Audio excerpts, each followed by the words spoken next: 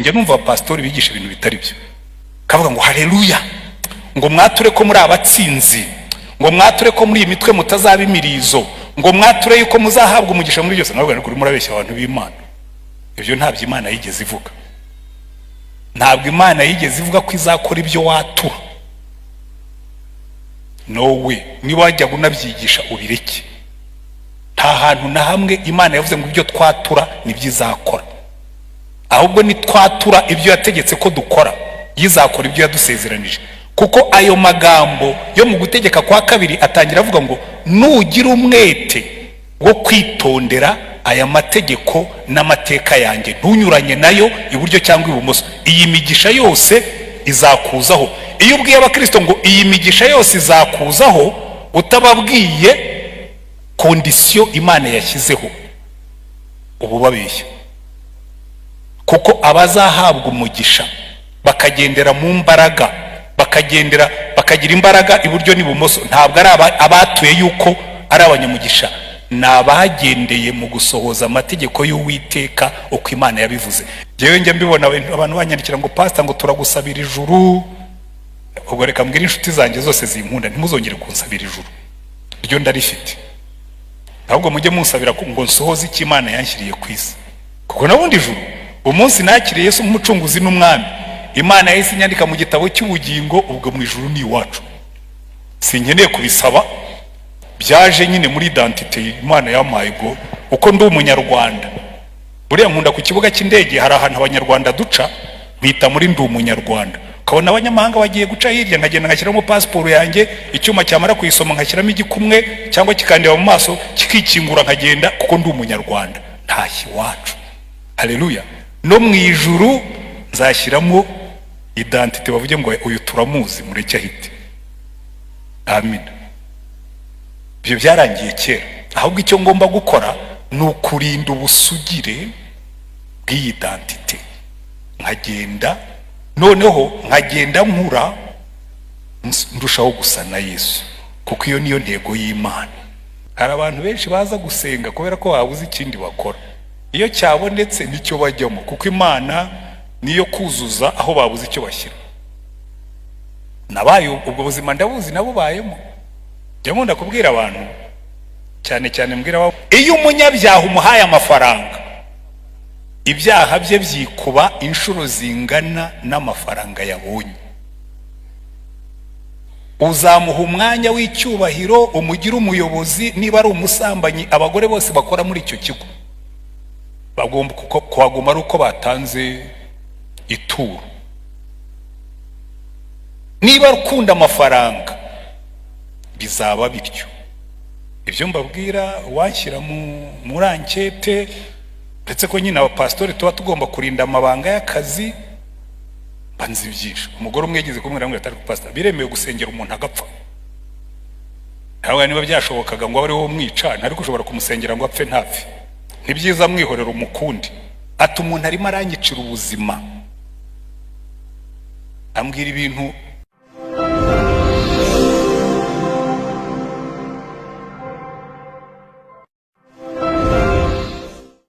Mwaramutse mwese, ni umunezero mwinshi. Murabizi burya iyo umuntu yabaye umupastori hari ikintu kimujyamo agakunda agatuta, ariko atari uko akunda agatuta, ahubwo ari uko akunda abakristo. Rero ngiye nkunda kubisetsa abantu. Ubundi jyewe navukiye kuba pastori, ubishaka utabishaka, kuko kera nkiri umwana, ubwa mbere nagiye mu kiliziya nari mfite imyaka 8. Noneho kubera ko iwacu hari kure ya kiliziya, aho navukiye kuri Muhazi hasi ahitwa Intete, tugomba kugenda tukajya Kiziguro, niho paruwasi yacu yabaga mu kilometero nka 16. Umwana rero uzagenda kilometero 16 yagombaga kuba ari mukuru. Ku myaka 8 rero nibwo nagiye kuri paruwasi, ariko numva mbishaka mpita mba pastori. Kuko nagezeyo, ikintu cya mbere cyambwirije ubutumwa, benshi murabizi hano njya nkunda gutanga ubwo buhamya. Nagezeyo ikintu cya mbere nabonye inzu. Uriya rero nkunda isengero nini, kuko ikintu cya mbere nabonye nkiri umwana ni kiliziya nini. Ndahagarara rero ni burya Imana ifite inzu ingana gutya. kurumva nyine muri za 66 icyo gihe njya ku rusengero ku kiliziya, abanyarwanda benshi twiberaga mu nzu z'ibyatsi zisakaje ibyatsi ntoya, kugenda ukabona inzu ingana nka kiliziya Sainte Famille, warayeyeye nararebye ndavuga ni mbega Imana ikomeye, Imana ifite inzu ingana gutya, Imana irakomeye tu, nimba mukuru nzakorera Imana, nimfa njye mu ijuru nzabona Imana ifite inzu ingana itya. Urumva rero ubutumwa bwa mbere numvise nabubwiwe n'inzu.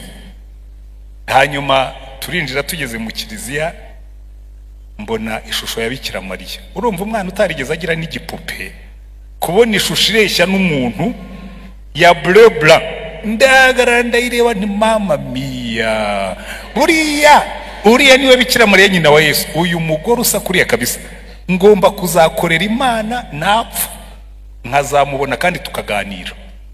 Rero ningera mu ijuru hari abantu nzasura harimo na Bikira Mariya.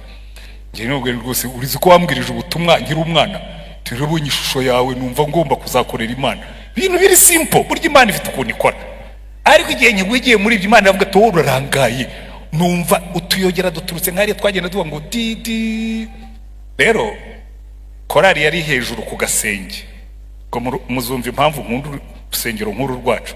Bari hariya hejuru niho baririmbiraga, bazi kiliziya za Gatolika za kera, korari yabaga yicaye ku gasenge hejuru. Ye kumva numva ngo hari kuri Noheli,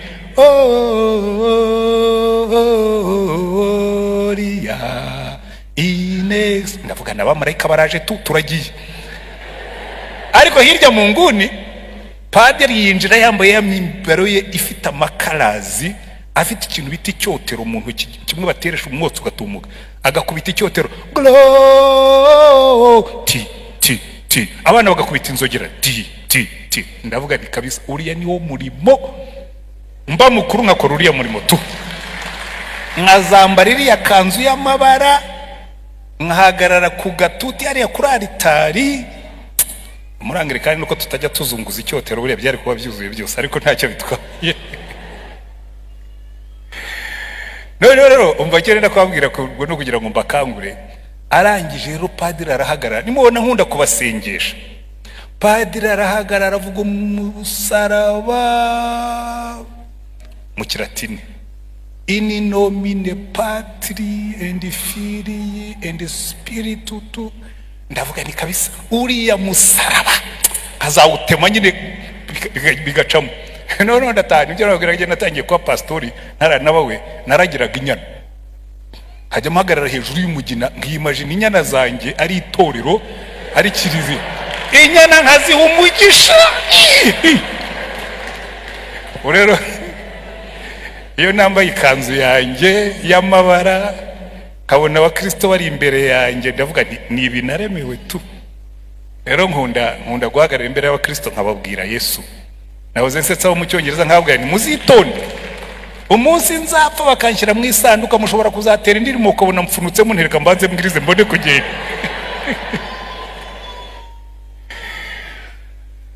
Kuri pastor upfuri pastor tu.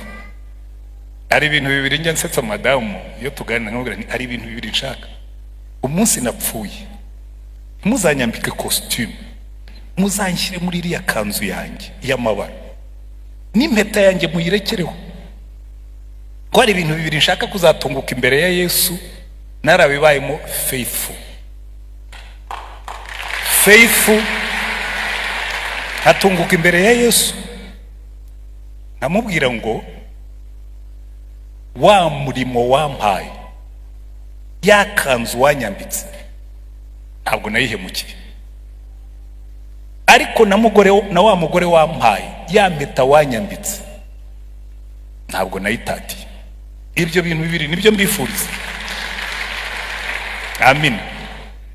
Ushobora kwibaza ariko kuki pastor atangiye kuriya? Inyigisho turimo kwiga muri uku kwezi ziravuga ngo ni uguhesha Imana icyubahiro kubwo gusa na Yesu. Haleluya. Kuko murabizi teme batoranije uyu mwaka ni ukubaho ubuzima buhesha Imana icyubahiro. Haleluya. Buriya rero ibintu byose uzajyamo ujye uzirikana aya magambo, aho wicaye uvuge ngo ariko uburyo ndimo gukora kano kazi, ubu Yesu aje akambaza, bihesha Imana icyubahiro. Uburyo ukora kontabilite yaho ukora, uburyo ucuruza muri butike yawe niba ucuruza, uburyo wigisha abanyeshuri niba uri umwarimu, uburyo ukora igipastori niba uri umupastori nkanjye, uburyo uba umugabo mu rugo iwawe niba uri umugabo ufite umugore, uburyo wita ku bana bawe niba uri umubyeyi, uburyo wita ku mugabo wawe niba uri umugore. Buri kintu cyose ukora kigomba guhesha Imana icyubahiro. Haleluya. Kandi genda bibabwira, so hari umuntu atanga ubuhamya abantu kugira ngo no kwitangaho urugero, iyo uwo ni wo mutwaro ugiye wengira iteka ryose. Ikintu cyose uzanshinga ngo nyikore. Nkiri umwarimu nigeze kubaza Imana, ndabwira nti Imana, nkimara gukizwa n'ufashe Bibiliya yanjye ingiye n'izindi zose mfite, Bibiliya yose yanditsemo izina ryanjye, haba handitsemo munsi y'izina ryanjye ngo intego y'ubuzima bwanjye guhesha Imana icyubahiro no kubera abandi umugisha. Guhesha Imana icyubahiro no kubera abandi umugisha. Ntabwo uzambona mu bintu bihombya abandi. Ntabwo niba kubeshya bakakubwira ngo Antwane niwe wabeshyeye uyu muntu, niwe wamugambaniye, uzamenye ko bambeshyera. Hari ibintu nashobora gukora kuko bivuguruza intego y'ubuzima bwanjye, guhesha Imana icyubahiro no kubera abandi umugisha. Kuko Yesu bigeze kumubaza, baramubaza ngo ariko itegeko risumba yandi ni irihe? Arababwira ngo ukundisha Imana umutima wawe wose n'ubwenge bwawe bwose n'imbaraga zawe zose. Mwabibonye muri kiriya gice badusomeye cya mbere, ngo nurangiza ukunde mugenzi wawe nkawe ubwawe. Itegeko risumba yandi rirambwira ngo hesha Imana icyubahiro, nurangiza uko bishoboka byose ubera abandi umugisha. Kandi guhera uwo munsi ngewe unshyize mu kazi, kuko Imana yarambwiye ngo ninkuha akazi ujye ubanza wite ku bantu banjye, ibindi bizaza ari inyongera. Icyo nicyo kintu cya mbere. Niba uri umubyeyi, hari abantu bari selfish. Uri umugabo, wowe icyo ureba n'icyo umugore aguha, ntabwo ureba icyo umuha.